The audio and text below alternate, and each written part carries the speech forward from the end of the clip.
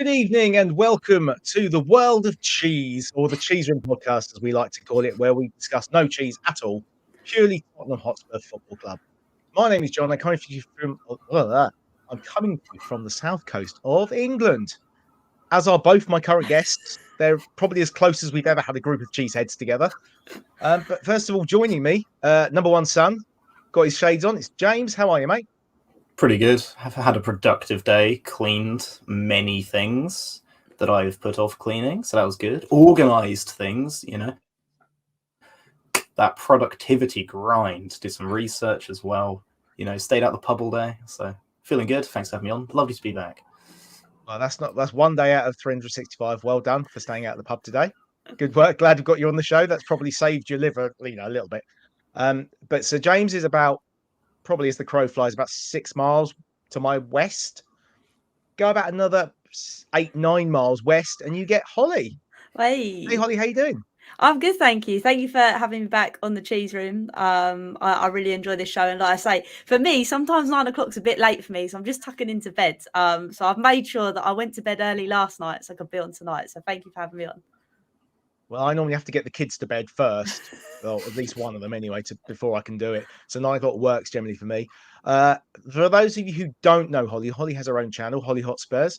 And on Monday night, Hollie had a really, really good interview with former Spurs youth product and a guy who went on to play for England. And he also, who else did he play for? Sierra Leone.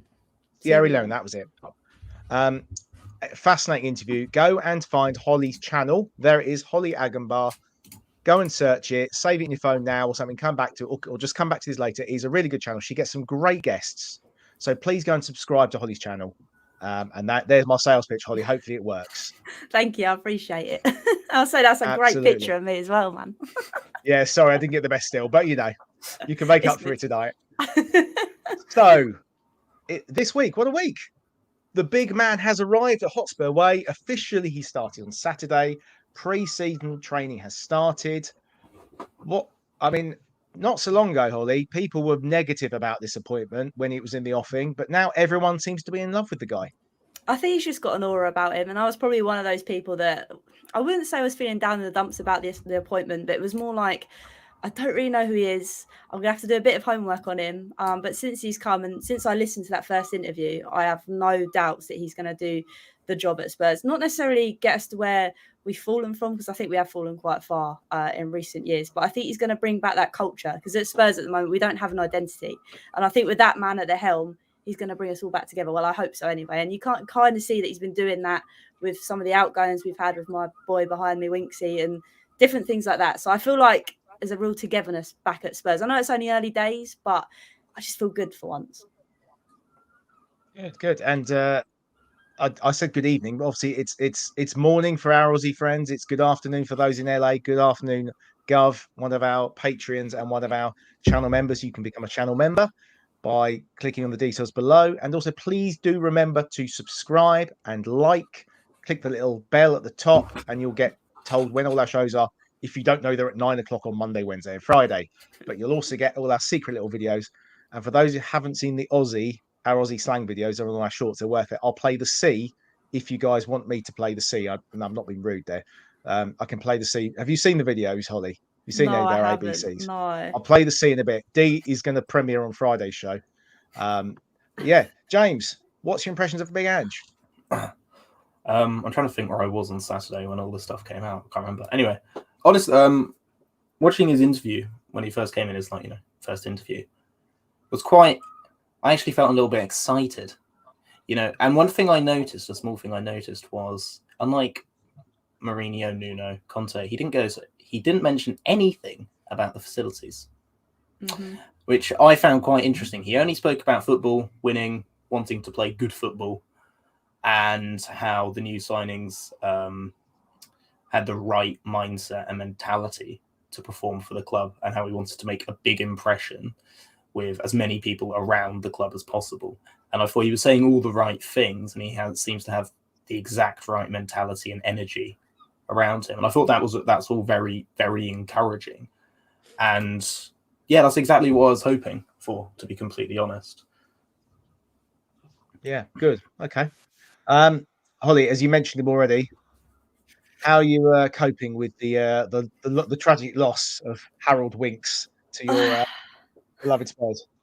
It's a bit rough, I'm not going to lie. For sentimental value, I feel devastated. If I've got my thinking hat on, it's probably the best thing that's happened. Not just for Spurs, but I think for him as well. I think at Tottenham, he was just kind of living off the fact that he's a Tottenham boy. Sadly, he just has dropped off. And I don't know whether that's because obviously that night in Real Madrid is probably the best night ever we've seen him play. But since then, it's just kind of fallen off. And for him to go to Leicester, I think is a very good move for him. I know lots of people have joked and said, oh, he's really good footballer when he's got a lot of time and space. And I don't know if he's going to get a lot of that in the Championship, because I feel like all the teams that have gone down and those that are in that league now, the standard is a lot higher than what it was a few seasons ago. But saying that, I think it'd be a good move. Like I said, he's got to make a name for himself because it's not going to be at Spurs anymore. So, yeah, good riddance to him, but good luck to him. Yeah, thank you very much. So Adrian's already getting excited about Kane in the comments, so we'll come to this. And there you go. There you go, Adrian. Kane is staying. Levy's not entertaining offers for him. So we will discuss this now. So David Hinter and Jacob Steinberg have reported that Tottenham offer Harry Kane huge contract, but the striker is in no rush to sign. Levy adamant Kane not for sale and believes he will extend stay. Player keeping options open. James, are we surprised he has not signed, given he's still got a year left and is a multi-millionaire? And if he never play football again after this season, he could live happily ever after. No, it's not surprising. I take this in two ways. Firstly, he can wait. There's no immediate pressure on him to sign a contract. He has months, and he could even do it in January. Firstly, I think he's looking at, is there a possible move for him this summer, perhaps, or where could he go at the end of his contract? And secondarily, I think he kind of wants to see what Postecoglou is doing and what further business we do in the window. Because if he looks and sees something really, really promising happening, then I can possibly see him signing. Depends how long the contract is. If it's another year or 2 years, then I think that's the most likely to get him to sign, because he could do those few extra years and then, go off into the sun somewhere. And if we're paying, I'd offer him £1 million a week personally, because I think he's worth that. But I'd offer him something ridiculous just to get him to stay. But I don't think Kane's about that. But I hope he does. It's good to see that we're at least throwing some money to see if it works. Yeah, good. And hopefully joining us without tech difficulties. We've discussed James and Hollie are within 20 miles of me, but Google tells me a man is 3,800 miles away from me in North Carolina. Jack, how are you? I'm doing well. Sorry, I am having a terrible time, so I may have to switch to my phone if this doesn't work. I apologize. But yeah, I'm coming off a great day celebrating the release of British tyranny on the United States yesterday. That was fun. And today we're watching it pour down like you've never seen, with lots of thunder and lightning. So that may have something to do with my technology issues. We had quite a lot of rain last night down this way, I have to say. Definitely kept me awake. Hollie, thoughts on Kane? It's difficult because I think we all sit here and say we want him to win trophies. Whether that's going to be at Spurs next season, I'm not too sure. The fact that he's only got a year left on his contract, and the fact, as we know, every summer the media love to kick up a storm about Harry Kane leaving here, there and everywhere. I think this year it's just a little bit more believable because obviously he has only got that year contract left on his contract. So for me, I'd like him to stay. I'd like him to run down his contract, and imagine if we get into Europe next season, it's probably paid for the transfer fee that would have come with Kane, because yes, he's an amazing footballer, but he's not getting any younger. So I think he stays. I'd like him to stay. We've probably got the best run we've had in ages with Ange. Yes, okay, it's very early doors right now. We've got a lot to rebuild. We've been needing to rebuild for 3-4 years. So it's going to be a tough turnaround, but if he's gone for it this long, what's the worth of another year? Yeah. Jack, you're Daniel Levy. What do? Do you sell and keep and risk him going for free? Well, the advantage for Daniel to sell right now is if Bayern actually can meet the valuation, then you get him out of England. I think that if that's where you want him to go, you don't want him to wind up in the Premier League and coming back to Tottenham in another shirt. I just don't think that's. I just don't know how you could possibly sanction that sale unless it was just some ridiculous number that no one's going to pay. So I think if you're going to sell, you got to pull the trigger and send him to Germany, and that way he's out of sight, out of mind, and maybe Ange can build with a squad around him that you could put together, and people will eventually forget, because he will stop playing one day. We are going to play football without Harry Kane playing for Tottenham, so one day or another it's going to happen. So I can see the logic in selling in the summer, but I tend to agree with Hollie. I don't see how you can get enough for him to justify him still walking for free. To your point, if you get Champions League, which is not completely impossible, but it's maybe a long shot, then it pays for itself. So the thing for Kane is, I don't know why you'd sign and go to Bayern. That doesn't make any sense to me at all. That's not a league that's going to get you the attention, the brand, the trophies that people are going to care about. Now, you just may love playing football there, and that's great. But it just, when you could go anywhere, almost anywhere next summer, I don't know why you would go to Bayern now. It doesn't seem to make any sense to me. Yeah, James, how do you? What would you do if you were Levy? Well, you've laid down the contract on the table. You try and negotiate if Kane is remotely interested at all. It ultimately depends what Bayern are willing to pay. It looks like Mane's leaving Bayern this summer. I mean, they'll get some money from that, probably not much. But if 100 million would be my minimum, honestly. 100 million, then we're talking. Anything below that, I'm not even dignifying with a response, personally.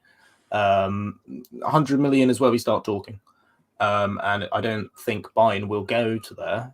So then I look at that and I think, well, do we sell him at a cut rate and then try and replace him this window?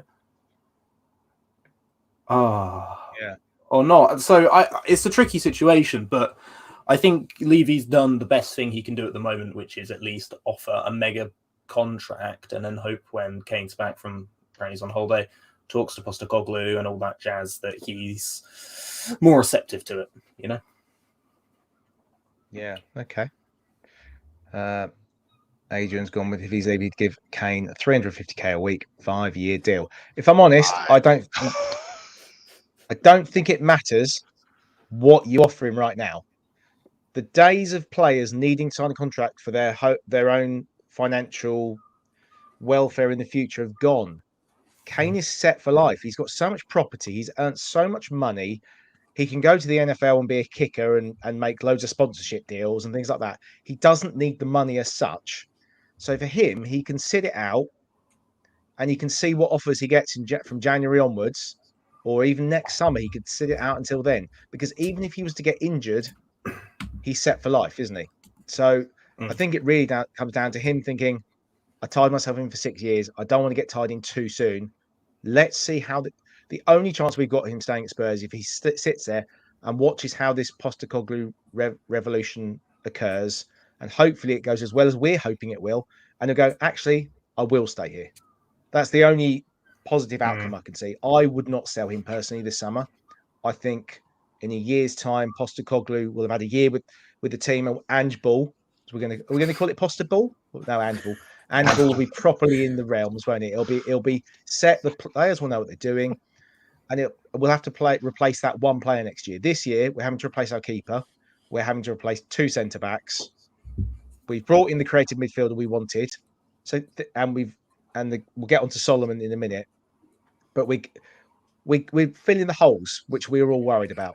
2 years ago, it was right wing back, and now we've got 900 right wing backs, and we're going to play a right back. So it's all a bit all over the place. But I personally think we've got to keep him while we're in this changeover season. And if it means we lose him next year for nothing, like you said, Hollie, getting into the Champions League, if we can, because 5th will get us into the Champions League, I believe. That amount of money will almost cover the loss of it. Otherwise, although we have made some good signings, I am concerned, will we replace him? I don't think Richarlison is the man to completely replace him.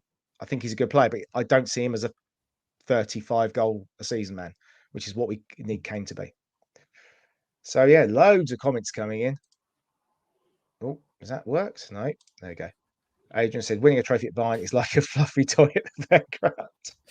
Hey, some of those toys are hard to win. Those games are rigged. They are. Oh, mate, yeah. Don't suggest that to them, though. Oh, no. we will, King Hoddle, we'll come back to this in a bit. Yes, it looks like the under-21s are in the final on Saturday. I don't know if that will be played in the UK. I don't know if the semi-final was. I couldn't find it on any channels because I think UEFA couldn't come to a deal with any of the British channels, unfortunately.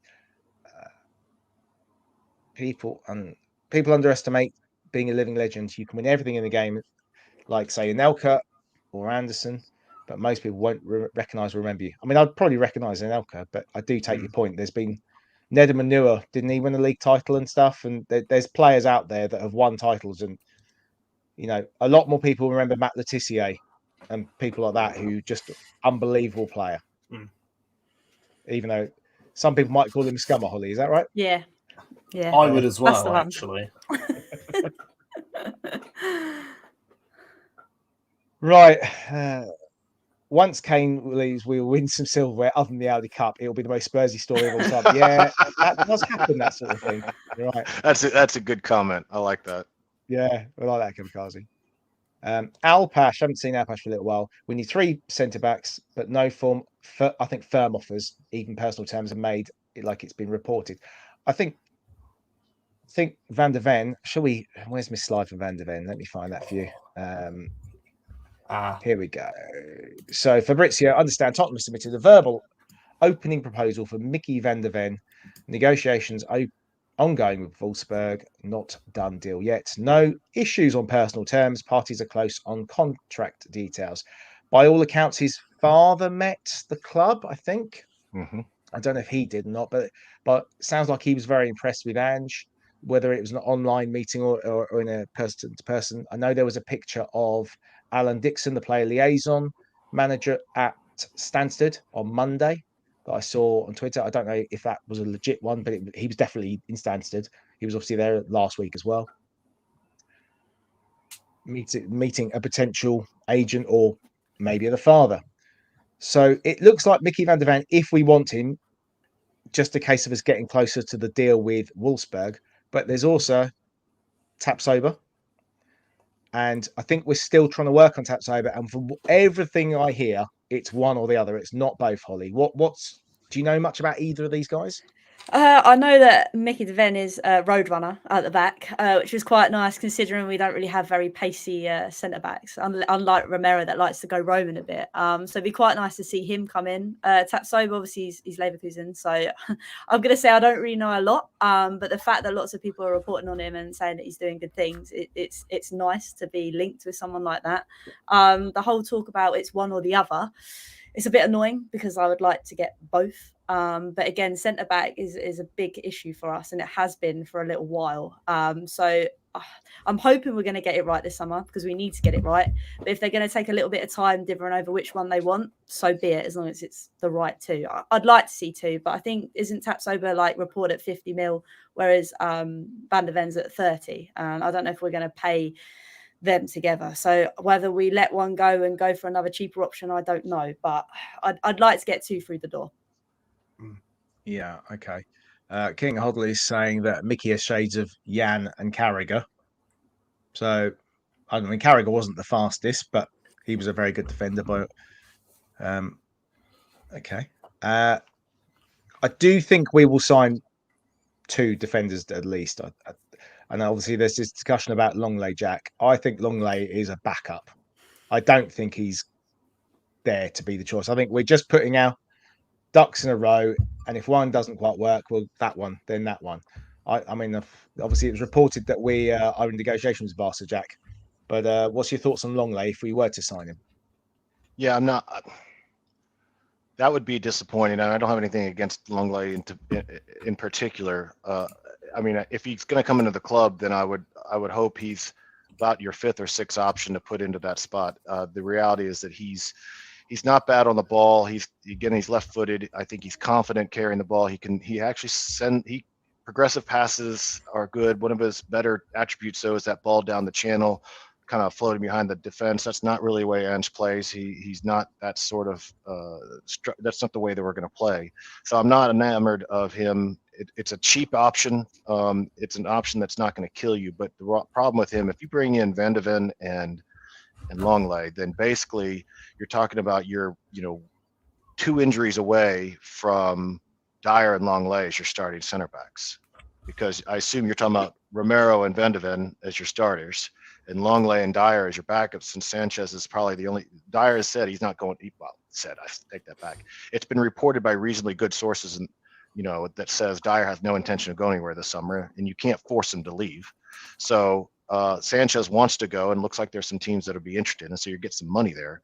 But the idea that your 4 center backs are going to be Van de Ven, Romero, Longley, and Dyer, that's not a recipe for long-term success unless I love Ange, as a personality and what he's trying to do, but unless he's a genius with coaching players into a system that have not played it before, that's a dangerous situation to say the least. Yeah, Hodgod saying, I don't think he's coming, just Noyce and Barcelona. I don't think he'll fit into Ange's style. I don't think Daniel Levy will pay any money for this guy. And if anything, he'll want Barca to pay off half his contract so we can put him on half the money. Because no way, he's on about 180 euros a week, isn't he, over there? So it's silly money. I mean, James, Laporte, do you know? Go on, Jack. Go on. I was going to say, Laporte is like the anti-Levy. He won't shut up. Levy, you can't get barely a word out of, and Laporta won't shut up, and he just floats BS out there like it's almost like clickbait from him. He's just throwing stuff out there to see what stick on the walls, because I don't understand why he would say, oh yeah, I'm in negotiations with Tottenham and I'm sure they're going to take a long line. That's just appeasing the fan base. I can't imagine that's legitimate. But who knows? I mean, it just seems a little odd. I think your rainstorm just went over my garage roof just then. Don't know if you guys, Hollie and James, quick moving storm. Oh my god, that was just a bit of a rush. It seems to have gone. Anyway, James, Tosin at Fulham. Do you know much about him? We've been quite heavily linked with him as well, and this is the typical sort of Paratici style thing of have a number of targets, get them to a certain position so that you can pull the trigger when you're ready. What do you know about this guy? Yeah, looking in statistically, played the majority of their games this season. Fairly tall, very tall, nearly 2 meters tall. Passing isn't the best. He can pass forward, but most Fulham players can.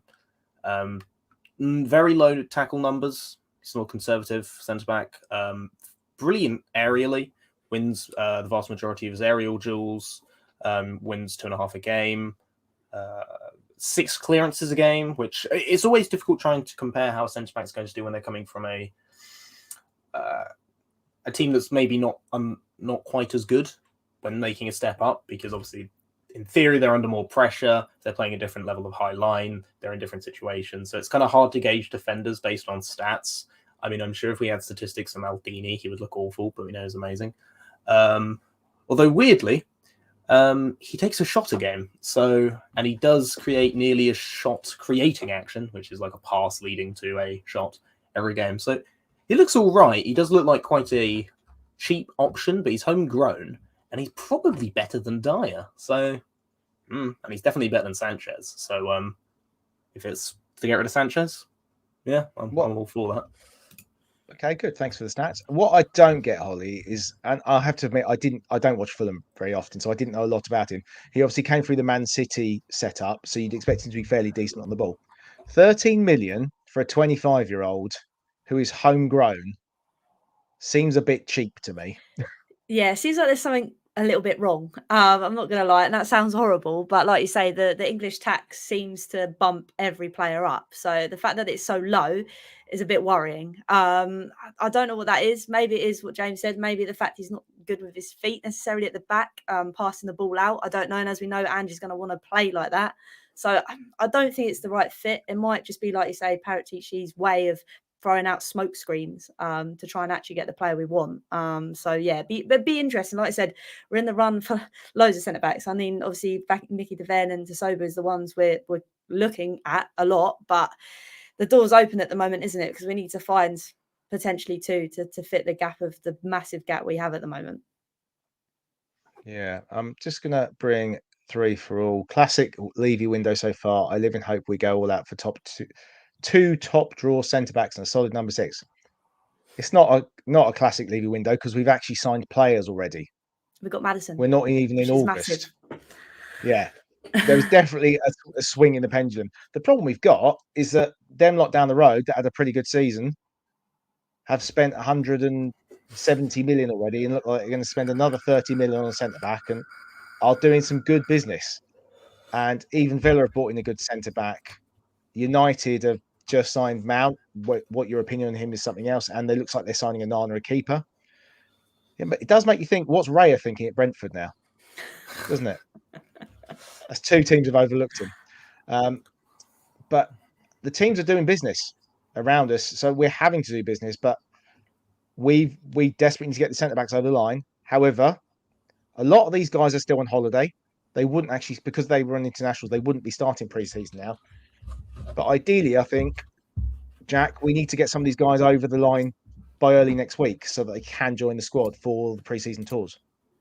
Yeah, I mean, I would take Tosin over Longley. I think that makes total sense. If the homegrown issue is certainly not a huge issue next season, but it would be when you get back into Europe, if you get back into Europe. So I would support. He's a big lad at 6'5". I mean, I haven't watched a ton of of Fulham games, but I mean, to James's point, his stats actually suggest he can play better on the ball. He progresses the ball fairly well, passes progressively. I mean, it doesn't look all that bad. I just don't have enough game time watching him. But I would definitely say for his age, I would take him over Longley. I am concerned 13 million seems a ridiculously cheap. So there could be, like Hollie's saying, there could be something wrong with his attitude or something. They want him out of the club. And that's where you need someone to do the research and find out, because you don't need to sign attitude problems, particularly into a dressing room that's run by Ange. He does not put up with it, from what I can tell in the past. So, but just on paper, it looks like a better deal, but it's not as good a deal as paying the money, stump it up for Tapsoba. I mean, that's what you, I mean, if you're serious, if you're really going to not worry about the finances or what kind of loss you might show on the books or whatever, and you're not selling Kane, you buy Tapsoba and Van de Ven or the equivalent. I mean, you know, if you're going to go cheap, I mean, you could look at the Japanese fellow out at Stuttgart, Ito. I mean, he's not going to be a lot more than some of these people we're looking at. So I just don't. You just can't get cheap at this position. We only have one established top drawer center back, and we all know he can be a little bit iffy, you know, up here. And so, I mean, you need to get someone in you can rely on. And from what I can tell, Tapsoba or his equivalent is really what we need. And Van de Ven would be the second signing, or someone like him, or a Tosin, or you know, hell, if you want to go cheap, there's a guy at Crystal Palace, is an American, who I think's got a huge future, named Chris Richards. He backs up Mark Wehi, or Guy, however you pronounce that guy's name. Apologize for that. Gehi. I mean, he would be a better option, I think, than some of the things I've seen us look at. So anyway, you just can't go cheap at this position. I'm sorry. I think with Palace, the trouble is they're in a decent financial position. We did inquire about Gehi last year in the end of May, it was, and we didn't touch him because he's in such a long contract. They will. Yeah, no. Yeah, you can't get Gehi out. I don't think Richards will go cheap either, because I think he's a good player. I didn't know much about him until quite recently. And I've looked into him a little bit. I think it's a good player. I think Adrian's list here: Tapsoba, Van de Ven, obviously we know about. Interesting, Adrian. I know I mentioned we joked earlier about HG telling us off. The first V of Van should be lowercase. So Van Persie, Van der Sar, Van de Ven, all that should be lowercase, and the D should be lowercase. So only the V of the second Ven, or the Ven, should be uppercase. So that was my learning from HG, the Teacher's Day. It's like going around to my parents' house, as they're both retired. As James knows himself, because he's been taught lots there as well. My text messages are grammar corrected. I think they gave up on me a long time ago. I'm going to say Tosin. I'm not going to try and say Adarabioyo. Is that? Adarabioyo. We'll go with that. Nelson. Now, someone suggested to me earlier, Nelson, who's a Galatasaray, the Danish centre back, that we have put a tentative offer in for him.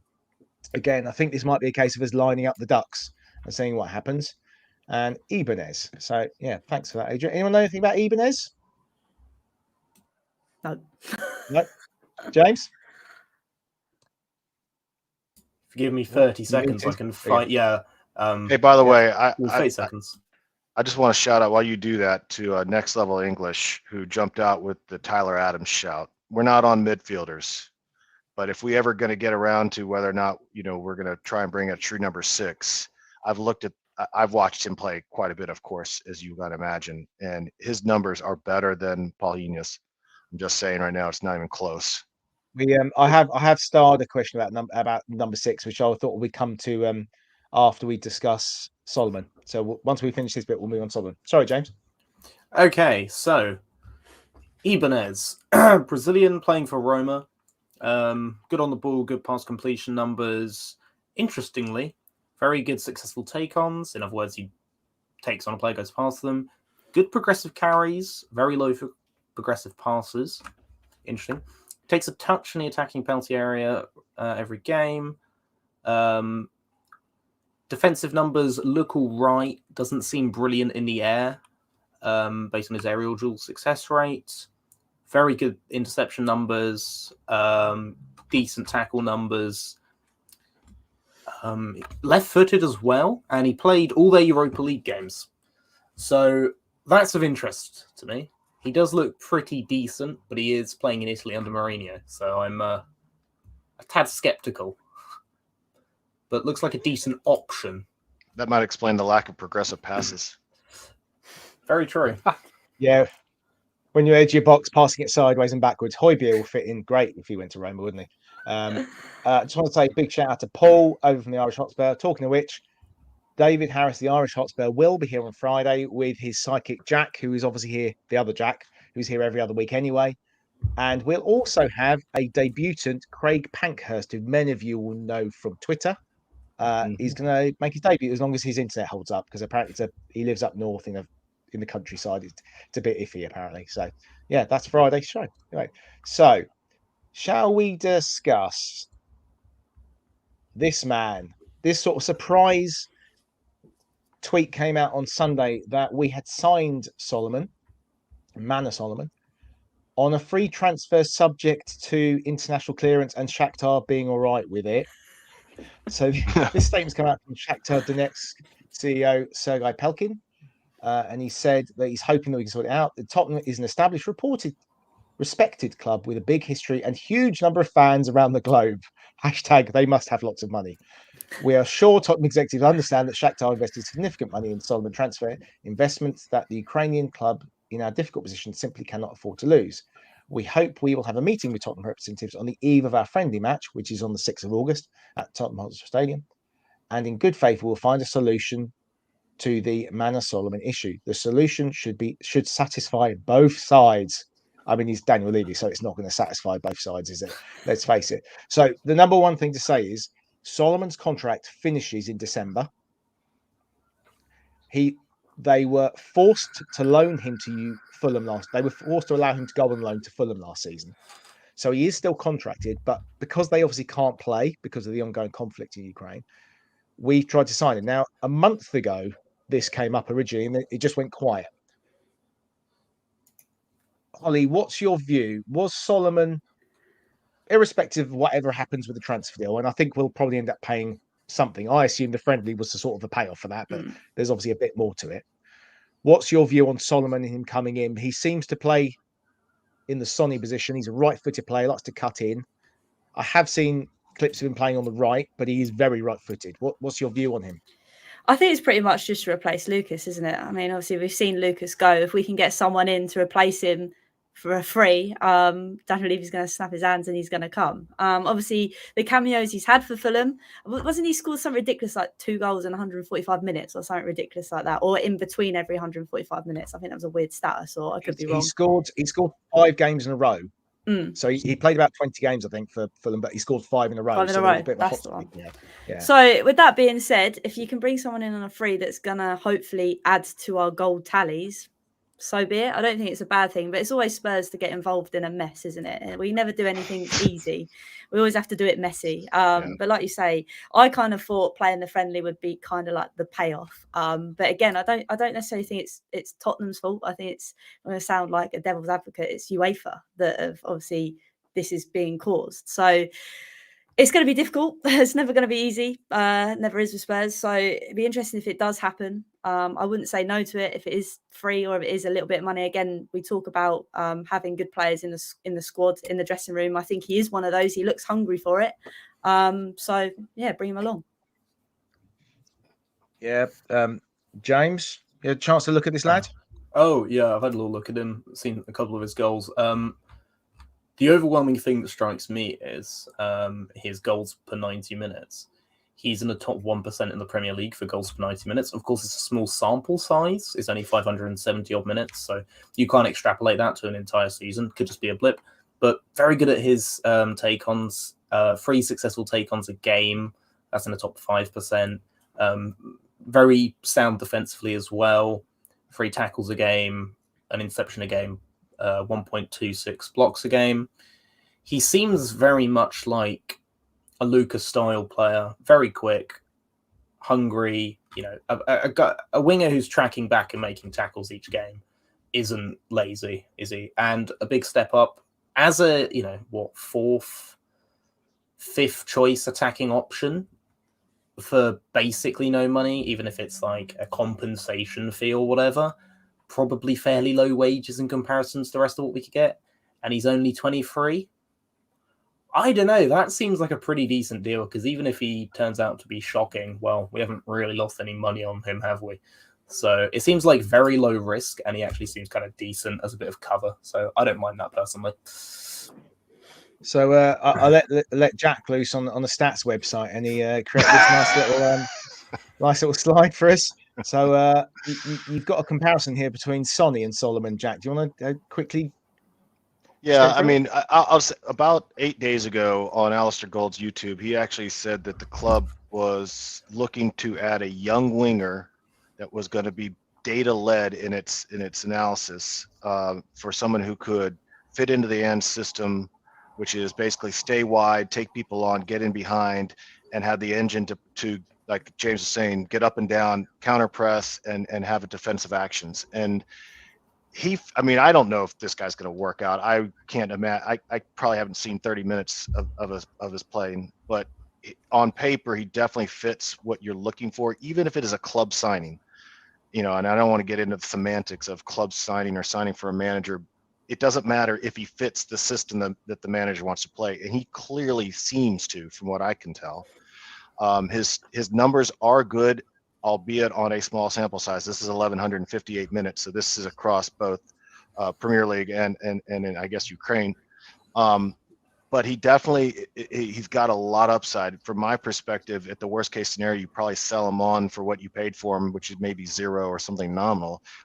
And to James, this is a low risk, high ceiling reward signing. And if he's your backup to Son, or he's and I'll tell you, from what I can see him play, he's certainly an upgrade on Lucas. I mean, I've never a fan of Lucas at all. I don't have anything against him personally, I guess, but no, I was never a fan. I didn't like when he came on the pitch. He rarely did what you were hoping for. This guy seems to be much better impact sub, as well as a rotation option for when you need it. So I'm okay with this. Yeah, again, it doesn't need to be the end all be all to what we need up front, but I think from an attacking perspective, we're fairly well set and have options. It's just fixing the center back position is really where we are, and that's my biggest focus.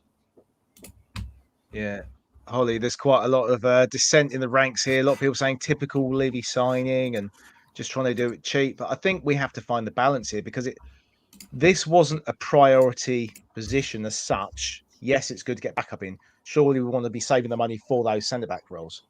Yeah, I think so. And I can kind of get people's frustrations. But from sitting back and seeing what we've already done this summer, yes, there's still a lot to do with that centre-back. And like we've all kind of discussed, that's the thing we need to sort out. But when I saw the Maddison signing, and for the price it was, I was like, we're actually doing something quite early on for once. And like you say, with this, yes, people can class it as a Levy signing. It's on a free. It's going to be cheap money. Yes, it's coincidental that we're playing them in a friendly. But for once, I might actually say that's actually not bad business. If it is to bring him in as a winger, like we've kind of said, to back up to Sonny, we haven't really lost anything, which sounds awful, because again, that's something I would have used to have said as like, oh, Levy's only bringing him in because we're not going to lose much on it. But it's actually an impressive signing because, yes, he probably is the replacement for Lucas and probably has a bit more of a higher ceiling, especially at the age he is as well. So I don't see it as bad. I don't think it's a typical Levy signing. I think actually for once it might actually be done on stats, which is very strange to say as a Spurs fan.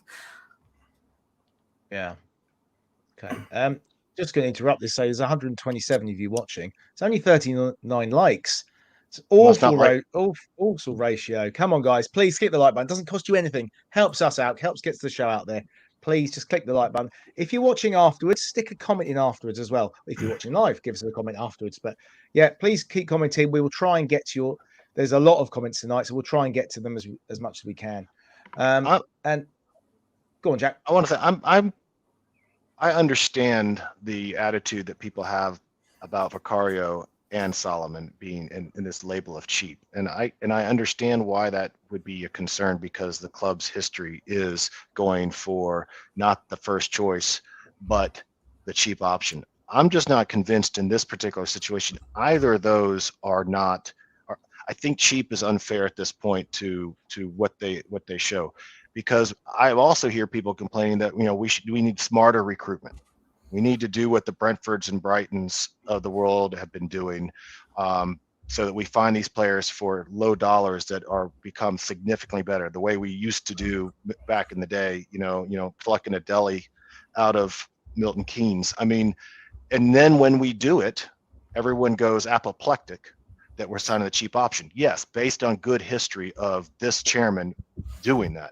I just have not seen the evidence that these two players are that. Rather, Vicario, everything I have been able to get my hands on suggests that this is one of these stars coming out of Italy in the goalkeeping position.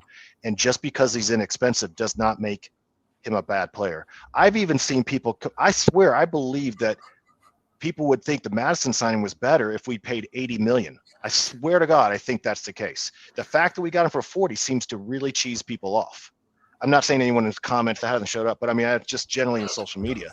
So, again, the track record's not great of this club, but I don't think these two signings are examples of just going cheap. I think they're trying to be a little bit more intelligent.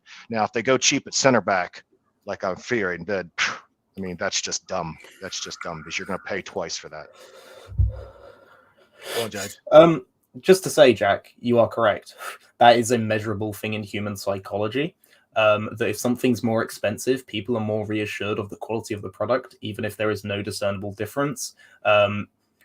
Sorry, a little bit of a side tangent, but they've done studies where there's two bottles of wine and people are told one costs like £80 and one costs £6. And people will say the exact same two bottles of wine, the £80 one tastes better, even though they're exactly the same. To some people, the cheaper option is inherently inferior, even if they are statistically or from the eye test a better player. And I think that's playing here. And also, we do have a bit of a bad history of, I mean, we could go on for a while about us signing cheap options who weren't great, but they're quite, you have a budget as a football club in the transfer window, right? And if you can save 10 million here and get a equally good player, well, then that's an extra 10 million you can put towards the more pressing area. Because what? Should we go spend 25 million on a cover option out wide when we desperately need centre backs? No, of course not. This guy's going to cost probably nothing, very, very little. And we can then put the extra 10, 15 million towards our centre backs. Some people are always going to whinge, but to me, it makes actually good sense. So I don't have an issue with it. Yeah. I mean, I'm not saying we should be Brighton and we shouldn't be aiming higher in Brighton, who is ahead of us in the table at the end of the last time I checked. But the point is, everyone raves about their recruiting and finding these undiscovered gems before anyone else. And then when maybe, I'm just saying maybe, we attempt it, the club gets crucified. But that's because of track record, and I understand that. So I'm just saying that we ought to at least be deciding, a year from now, whether or not these are cheap signings, or whether they were smart. And we shouldn't be prejudging the situation. And my only point is, James, if we actually put that money into the center back position, then it makes sense. If they go cheap there too, then man, it's history repeating itself. Yeah, then it's a bad window. I think you can get away with one young up and coming centre back as long as you've got experience there, and you might have to spend the money, but you might be able to find one gem, like the equivalent of Casiedo or something like that. But it's a big risk, and the way that Ange plays, we do need is pace, because he wants to hem the other team in, doesn't he? We are Right. going to need pace at the back, and that's why Van de Ven makes sense to a certain degree. Skriniar wasn't coming here. Where is he? He's in Paris, right? Skriniar's gone. Yeah, no. To be, he's put brackets. Is he still free? He signed for PSG months ago. Right. So that's not Zaha. Adam Now, Traore. Zaha Sorry. is a perfect example of what I was saying about Kane earlier. Zaha's out of contract. He's not in a hurry. He's just taking his time to pick which is the best option. He can go to Saudi Arabia and earn an absolute fortune. There'll be other offers on the table. I was told back in September that he wanted 200k a week from Palace, which is why he was always going to leave, because they couldn't pay that. Andros Townsend, his time's part. I'd be interested to see where he ends up. Got a lot of time for Andros, but no, he's not good enough. Oh my God. Adama Traore is not signing for us. I don't care if he wanted to. Adama Traore doesn't talk about all smoke and no fire. I'm sorry. That is it. That never made sense to me. God, that is a waste of time and money. I mean, in Townsend, Never seen you so angry, Jack.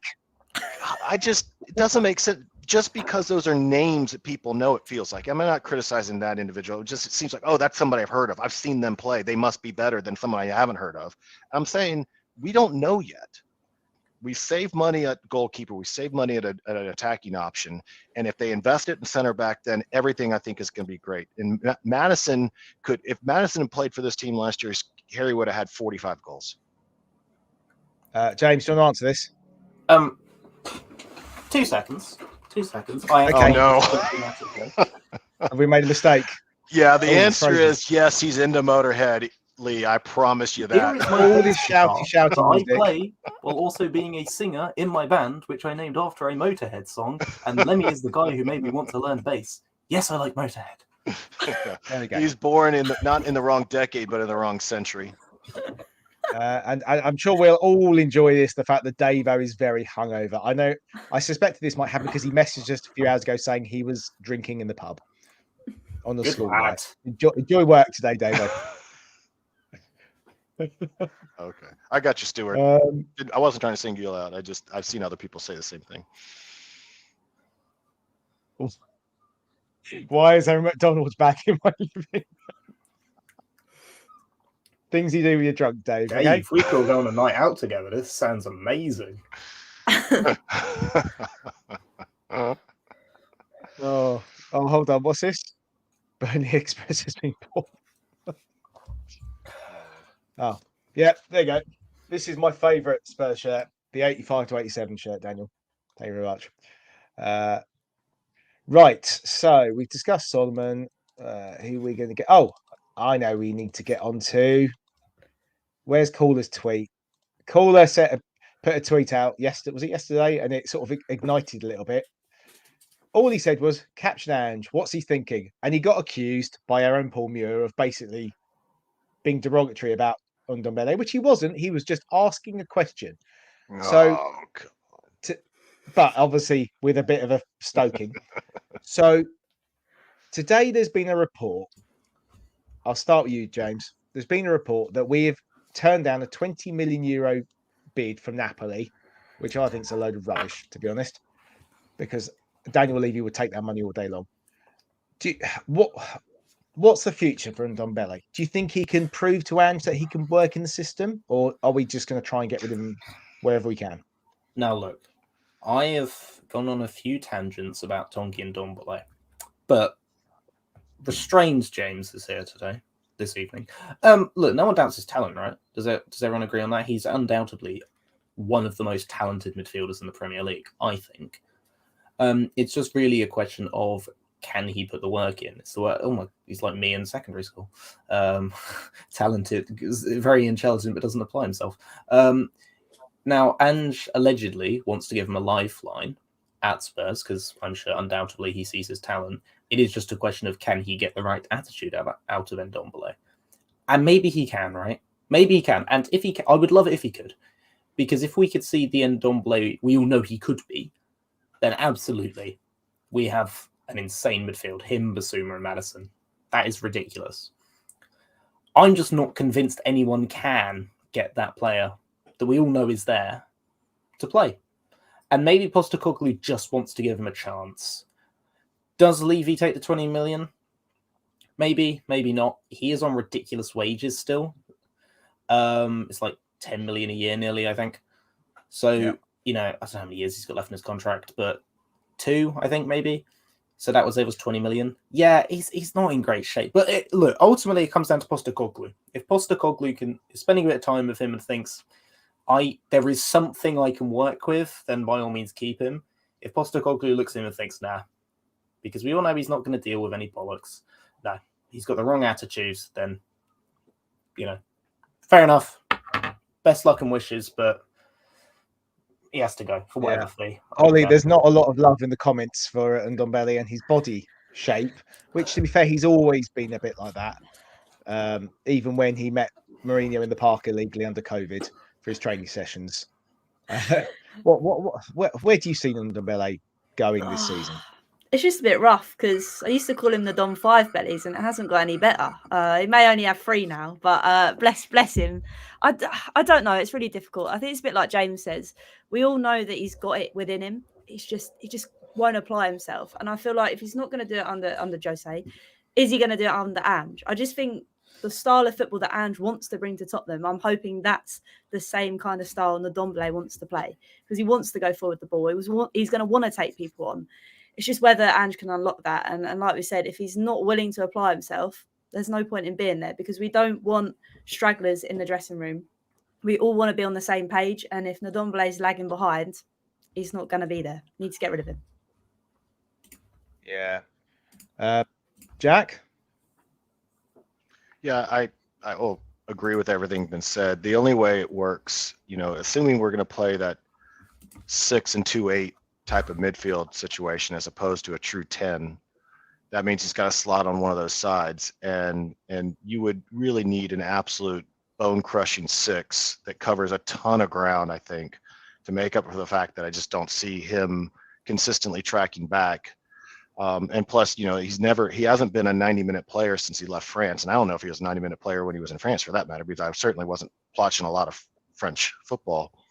And I don't know that we have that type of 6. I mean, I think Bissouma is going to play that role, but unless you're bringing in, a Paulinho, Tyler Adams type, just because we had that conversation in the green room, one of those players who just absolutely covers sideline to sideline, breaking up attack over and over and over again, and has great engine.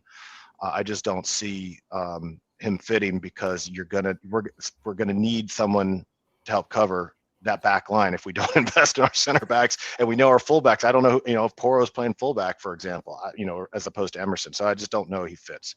So if it was a real offer of 20 million, I would think you'd snap the hand off that offered it, and move him out. But there's no rush necessarily, because if Ange wants to get a look at him and thinks he can get something out of him, then fair play to him. He has that right. Give him all the time that he wants. And if you have to loan him out for nothing again for another year or two, then we're right back where we started. No harm, no foul.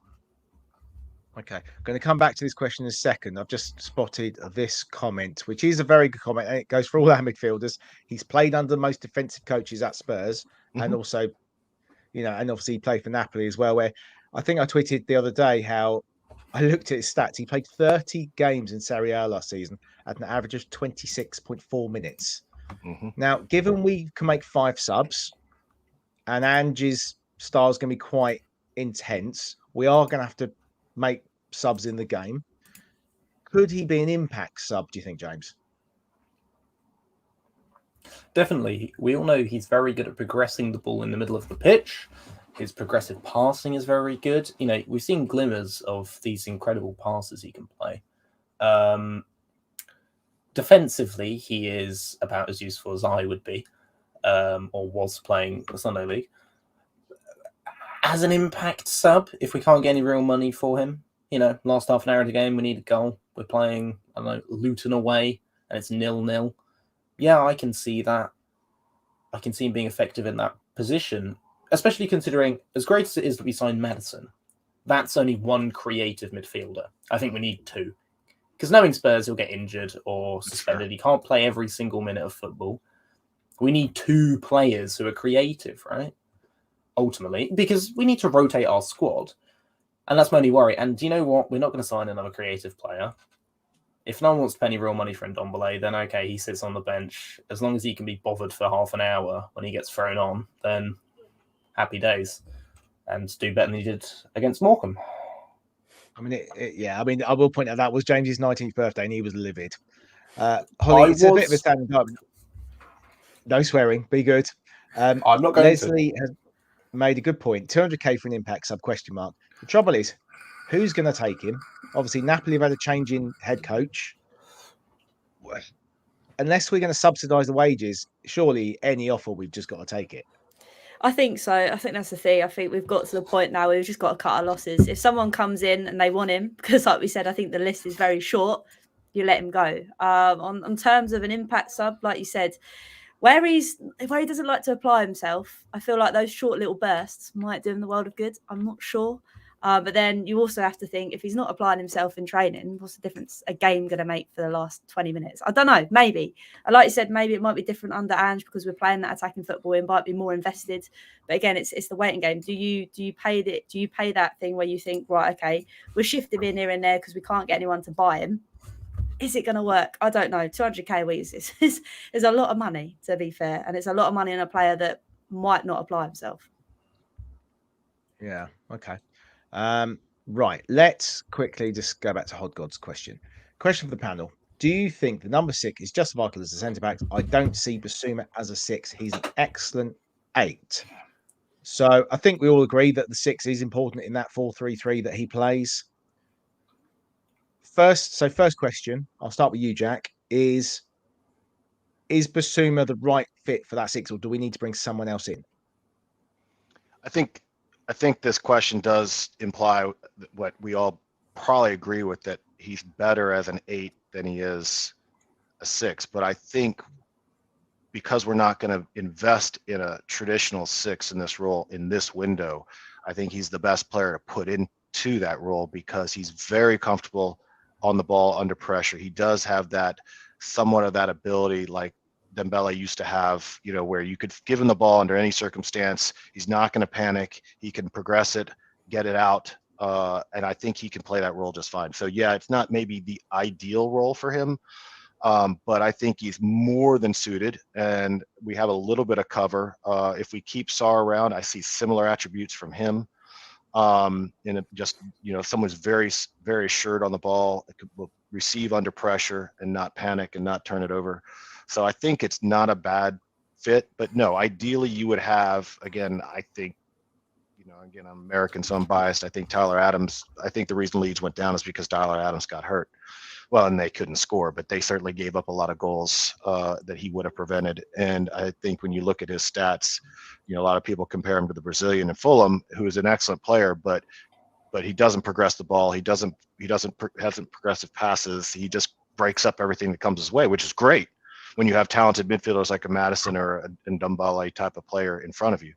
So ideally, we would get a better person in at that 6, or someone inside the club's going to develop the skill set. But I don't think that's going to be addressed in this current window at all. Doesn't sound like it. Okay. Well, you sort of answered who else might come in by saying Tyler Adams, obviously. So, Hollie, views on Basuma and the 6? Again, I know lots of people are saying Højbjerg. I think it is dependent on whether he stays, because I think he could probably do a job there, just batter the crap out of people. Whether the ball goes forward or to an actual player or goes out on the side of the pitch is another question. But yeah, I think Basuma is probably our best option. But again, it's probably not his best place to be. We probably prefer him being obviously up a bit higher. But I think, like we've kind of said, I think the centre backs are probably the biggest thing we need to sort. And I don't think we're going to sort everything this window as much as we really want to. I just don't think it's going to happen. So it is important, but I think it's time for another transfer window because we need to get our other targets through the door first before we worry about that. Yeah, good question. I mean, where's that one gone? Alpash is saying PH is the 6 and the captain. Now, for me, obviously, Palini has been mentioned, and Jack, we've got some stats. Maybe we won't mention that tonight. We've got some stats. Oh, yeah, I on said Palini, Brazilian. Sorry. We can look at that on the show. But I think really you've got to look at what is the 6 role. So you've got someone like Thiago at Liverpool who played that role at Bayern. He just dictated the same as who's the Italian who's just taken over that played for everybody in Italy. That I forgot his name. Played in Euro 2012. Just absolutely destroyed England playing it. Pirlo. Just sat there, didn't Pirlo. he? Just sat in midfield. Didn't move very fast. Probably had a fag halfway through the game, but just dictated the game. Didn't just tackle anyone. Didn't need to. He was that good. He didn't. So you've got the Rodri who can pass the ball, but is just sits there and defends. Michael Carrick, he could sit there and defend a bit, but he just dictated the game, didn't he? You've got and then you've got the sixes who are just the ones that just go and destroy everything. Makaleli won the ball, kept it simple, didn't he? So it depends really what and wants exactly. But there are different. I think Basuma can do a bit of all of it. I think he can play either role. He did at times at Brighton. When we played him in the couple of seasons, we beat them 3-1 and he scored, well, deflected goal against us. First half, we were all over him. Second half, they dropped Basuma to become that six and push the midfield up a bit, and he just ran the game. And we were struggling a little bit until we managed to score just after they did, fortunately, just to take the game away from them. So I think he can do the role, and I think Hollie, you're probably right. I think the two centre backs are so important. We've got to put the money on that, and maybe this is a next summer thing to look at long term. James? Well, thing is, it depends ultimately what you want from your six. Do you want a guy who is just a defensive screen for the back line, or do you want a guy who can do a bit of defending but is also good at progressing the ball forward? Like Jorginho played in the six role for Sarri, Napoli and Chelsea, right? He couldn't defend, right? But he played a six. Pirlo played as a six. A six doesn't automatically connotate defensive ability. Postecoglou at Celtic in particular pushes his wingers very wide, has a wing back invert sometimes. Ultimately, I think I do see Basuma as more of a box-to-box 8 style of player, but he also is good at ball progression. So I can see him playing that 6 role, right? I can definitely see him playing that because he can progress the ball, he can defend. I think Maddison will be able to defend, and I also think, and we all know Bentancur's able to defend. So I think, okay, well, even if he isn't the greatest defensive shield in the world, there's still probably going to be a back three there. It's not going to be like the old Barcelona systems where the 6 has to be, the third defensive player in the transition. It's not going to be like that. One of the fullbacks will probably end up being like that. As long as the midfield as a unit can pick up the slack and the potential deficiencies in Basuma's defensive game. In regards to Højbjerg just isn't good enough at progressing the ball to play in a Postecoglou system as a 6. I don't think, personally. He knows how to pass the ball sideways and backwards, which pains me to say. I mean, he started in a Champions League quarter-final for Pep, but I think Mourinho and Conte have brainwashed him to the point where he probably thinks passing the ball forward is a crime. So maybe Postecoglou can coach him out of that, but no, I think Basuma can play the 6 role as that kind of deep line defensive, but also ball progressing sort of midfielder. If we were if we're going City away, maybe that's a game you start someone else in, but Postecoglou is not going to go right City away, lads. Proper defensive here. It's going to be a high line every single game. And it's going to be aggressive football every single game. So, yeah, a guy who can defend, can screen the back line reasonably well alongside the rest of the midfield unit, but is also good at progressing the ball and is also good creatively. Yeah, that's right up his alley. That's what's going to happen.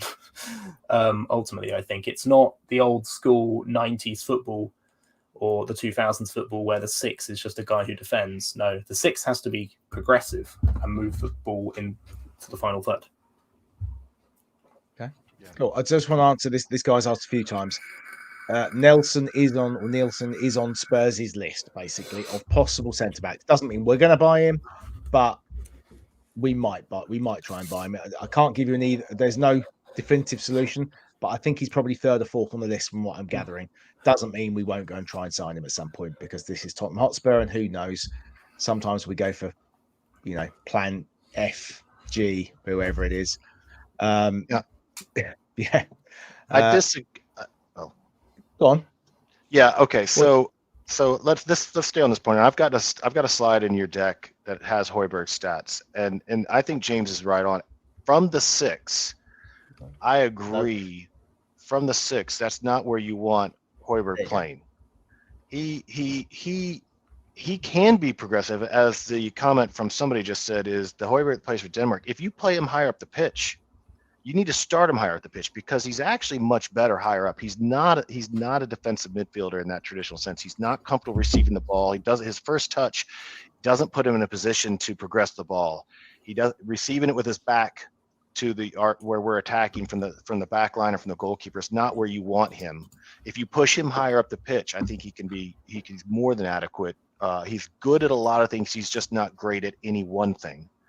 But he can, his this past season was 5 goals and 4 assists or whatever had. I mean, he actually does quite well when he's higher up the pitch.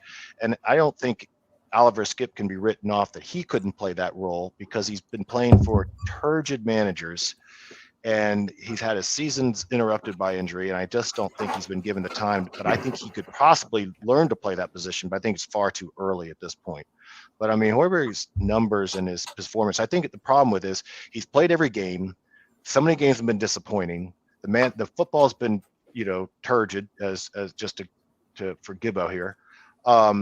And he's getting the blame because he's been coached into a system that no one wanted to see play. And he's been basically involved in every single minute over the last 2 or 3 years of football that we haven't been excited about. So I think he gets a lot of blame. I'm a big fan of Højbjerg, but I'd still sell him for 35 mil in a heartbeat. My son's, if he knew I was saying that, he'd be beating me up. But I mean, I'd sell him and bring the money and put it into somewhere else, like the center back position or another attacker or another creative midfielder, as you sell in Ndombele. But I think Pierre gets a lot of flack that he doesn't deserve. Yeah. Holly, what's your view on Højbjerg? Yeah, it's difficult now that Jack's given me the stats. It's a bit like, nah, he can't do a 6. Stick him up the pitch. So, yeah, I think in that kind of respects, I think most fans are like, they just want to see the back of him because although we all called him Nick Naton, the Viking, this, that, and the other, that is true. Someone's got to come I think for him. Mud's right. We ain't getting more than like 20 odd million for him, to be honest. No, and it's whether we cash in or we're going to take a loss. I don't know. But again, he's got the spirit. It sounds crap to say it, but he's got the spirit. Do you keep him in for the dressing room? I don't know. It's whoever comes calling, I think. If someone comes calling for him, cut your losses, run with it. He's got 2 years left on his contract. So I think probably now is the time to, like you say, cut your losses. We've got Sarr as well. We've got Skip. We've brought Maddison in. They might bring another player in that we don't know. And also, we've got players like Alfie Devine. Got all the He loanies looks as well. a really exciting prospect. At some point, we've either got to loan him out this season or we need to give him some game time and see how this lad can do. Yeah, but I think if you're a promoted club, you could do a lot worse than bringing Pierre into your team. Yeah, true. I mean, Daniel's saying who can replace him for 20 million. The point is, Daniel, we might need to raise the 20 million so we can put that towards spending money on centre backs because we've got midfielders. I mean, Gov says we got 10 million. I think it's 8 million plus 2 in add-ons, but we got 10 million for Winks, for goodness sake. He's got a year left in his contract and he's nowhere near the team. So, we never know. PEH has got a good reputation in Europe. And he was linked with Atletico Madrid, who, I don't know if you saw today, they signed Sionchu. Oh, did they? Who I didn't see that. When he joined, everyone was like, oh, he looks good. And then they thought he was a poor man's David Luiz, didn't they? Bit of a liability. So, yeah. Dave also sent him to Copenhagen Airport. Okay. Have some bacon, Dave. That will help the hangover. Kamikaze. Yeah, Alfie Devine has been training with the first team, so it'll be good to see him get some game time. This is the point. Winks first got in the squad because they tend to bring a lot of the youngsters into the first team squad when the internationals haven't returned for pre-season, and he impressed Poch in pre-season. So the likes of Alfie Devine and Dane Scarlett or whoever else who have got the chance now to show Ange what they can do. And I imagine they'll get game time in the pre-season, especially the early pre-season games. And it's up to them to try and take the chance and show to him, we will do your system and we can be effective. Okay. James, Højbjerg, any more on him? I don't know. He's fine, but I don't want Spurs midfielders who are just fine. Okay, cool. You're a Viking. Okay, that's cool. Also, I mean, typically, historically, the majority of Norsemen came from provinces in Norway, not Denmark, so like fake Viking anyway. It's not like his ancestors actively engage in Viking. Well, there was the Danelaw in England. Anyway, sorry, I'm going to go off on a historical tangent here. History student, yeah, don't let me get started on James that. has just dropped the mic, man, and run. I can pick it up. Yeah. 3 for all. Yeah, fair point. A bit like my argument about keeping Kane. Actually, yeah, that is a fair point. It does, and we do also have a man we forgot about, Lo Celso, not Leso. Gio. I imagine he'll be sold. I think we'll make money off him. Yeah, there's currents. Well, we'll lose money on him, but we will get cash in. That's a definitely. frustrating one, actually. Bassoon, Bentancur, Maddison would be great midfield. Bentancur has said, I think within 3 or 4 weeks, he aims to be starting to kick a ball again, or even get some minute, like a couple of minutes here and there. But he's not going to be fully into the team probably until October, November. October is, I think, a realistic expectation for him to be available. And that's the reason why I think you're going to be very slow to loan or sell central midfielders until you really know what he's going to be. And players come back from that sort of injury, not the same players as well. And he's so important to us. And I what I would assume is we're going to have Bentancur probably on the left and Maddison on the right of the 6 up. That's what I'd assume. I do wonder though, Hollie, if there'll be certain games where Maddison's played as one of the wide forwards. So a bit like he has played for England, he played as the left forward because you're going away to Man City or something like that. Yeah, no, definitely. It'd be good as well to mix it up because, like you say, you don't want to be predictable, and especially with an attacking style, it is good to mix it up now and again. So, like you said, it will be interesting just to throw that one in the mix. Like I say, we need to grab a goal, we need to change something. He's got the ability to do that, so why not utilize it? So, yeah, it will be interesting to see how things like that pan out at different games and stages for the season. Leslie, I've not heard this. Is that Hashan Chankoglu? Is that how you pronounce it? I've not heard a link. He's only been there a year or two, isn't he? Because didn't he go from AC to Inter or vice versa? Yeah. So I can't answer. I haven't heard anything at all. No. Right. I just want to very quickly discuss this because Jack's involved in women's football and Hollie's played women's football at a decent level. I find this really interesting. If you haven't seen this, or if you're not from the UK, Forest Green are in, I'm going to say League 2. Someone correct me if I'm wrong. They had Duncan Ferguson, the former Everton striker, as their manager for half of the season. He's now left. They've appointed their academy coach, who is Hannah Dingley. She's the first female manager of a men's professional team, I think, in England, certainly in the Football League, as caretaker manager, because they're starting preseason games next week. Forest Green have always been a bit of a trailblazer. They're known as being a bit of a vegan club, and all their food is vegan. They try to be a bit different, and I think this is. I know nothing about Hannah Dingley apart from what I read earlier on the BBC website. I think this is fantastic. We finally got a female manager. I hope that she does well. It's going to be hard. Any manager at that level, it's a hard job, but I'm really excited for this. I think it's great that we can get some more women in the game, in the men's game. I'm not always convinced by some of the women pundits, but I'm not always convinced by some of the men pundits. I'm talking about Eni Luco. What is she doing? She's an idiot. But that's another thing. But I'm really excited to see. I'm going to follow Forest Green this season with Hannah Dingley. Hollie, what's your thoughts? For me, and it's the same with like not trying to talk about Eni Luco, but I'm always there for someone's there because of merit. They're not there because they're female.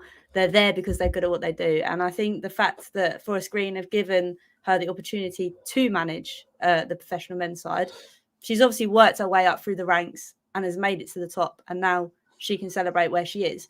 My only thought is that she's obviously interim at the moment. But again, I suppose that would happen with any coach that comes in. They act as the interim before they go and seek someone else or give them the full-time job. So we'll see how it goes. I'm just glad that it wasn't thrown in because she's a woman. She's thrown in because she's there on merit. And that's the same with everything. I get annoyed when obviously you see certain individuals that are in the news at the moment about their opinions. And I think, hang on a minute, everybody gets stick for their opinions. It's not because you're a woman you're getting a stick. It's because your opinion is rubbish. And we all have opinions. That's what makes football great. We all have different opinions. And the fact that we can talk about them is brilliant. But don't take offence if somebody else thinks it's rubbish. So I'm all here for it. I love it. And hopefully it continues. But again, you've got to be there because of merit, not just because of what you are in terms of men, women, whatever, race, whatever. You have to be there because you're good at what you do. And that's what I stand by. So I like it. Yeah, I mean, Hungover David has spelt Cherry Lungi's surname wrong, but that I love the manageress. It was around 89, 90. It was a really good series. It was only on for 2 series. It was a really good series anyway. Jack, you're involved with the women's game over in the States? Yeah. No, I think it's great. I mean, you can't see it that well, but that's the team photo right there, the current top of the table in the NWSL, North Carolina Courage, and I've got their player sheets all over. And my firm, my company is a corporate partner and sponsor. It has been for years with the club. I'm huge into women's football just because I enjoy football, period. So I don't care who's playing it, and I like to watch it, and I go to the games, and I think it's great. I mean, this is going to be happening more and more. You're going to get people forgetting, whether you're man or woman or otherwise, can you coach? Can you play? That's what we care about. And as long as you can, then great. So I hope she gets a good, fair shot and they do well. And I'm going to be like you. I'm going to favorite the team and keep an eye on how they do, because I think it's great. Hopefully more will happen like that because people prove they can do a job. I mean, Emma Hayes is the one that always gets linked. Obviously, she's the Spurs fan, has been a season ticket holder, and she is doing such an amazing job at Chelsea. I think she'll be there for life, unfortunately. Something I've just as I was flicking through the slides off screen, I've just noticed this one. I got sent this earlier from Flash Score, Mickey van der Ven's profile on Flash Score, and you can see his last couple of games against for the Netherlands. Which team does he play for? Who does he play for? Wolfsburg. No, but look at the picture right in the middle of the screen. Which team does he play for? Oh, Tottenham. Flash Score have got him registered as a Spurs player. I didn't even pick up on that. Yeah. Sorry. Can I just say that I really want us to sign him just because his name's Mickey? He does sound like he's a drug dealer from like a Daniel Craig film, doesn't he? Oh, Nick, mate. Can you sort me some gear? Yeah, Mickey van der Den. That's a good name. Anyway. I'd sign him with Football Manager just for the name. Yeah, fair dues. Adrian's saying we'll eventually see a WSL coach manage higher tier. I think eventually we will get there. It's just going to take a little time. I really do hope so in regards to women coaching in the men's game, because there's ultimately no reason for the women to not be there. Like, there's plenty of incredibly I don't watch much women's football. I don't watch that much football other than Spurs and Pompey because I'm a Pompey season ticket holder and because I love Spurs. But there's no reason why they shouldn't be there. There's plenty of top coaches in the women's game who could do a better job in the men's game than like a lot of the coaches in the men's game. And ultimately, I do hope we get there eventually to the point where it's more egalitarian and more of a meritocracy. But I think this is certainly the first step towards that. And I hope it continues. I do hope it continues, personally. Yeah, okay. Daniel, where have you seen this? I just had a quick scan. I can't see anything. Unless that came from, I know that Lyle Thomas was on another channel not so long ago, although he's getting ripped apart by certain people on Twitter currently for what he said. No, there we go. Yeah, there's got to be a song in that somewhere there, isn't it, Adrian? Absolutely. I've been waiting for that.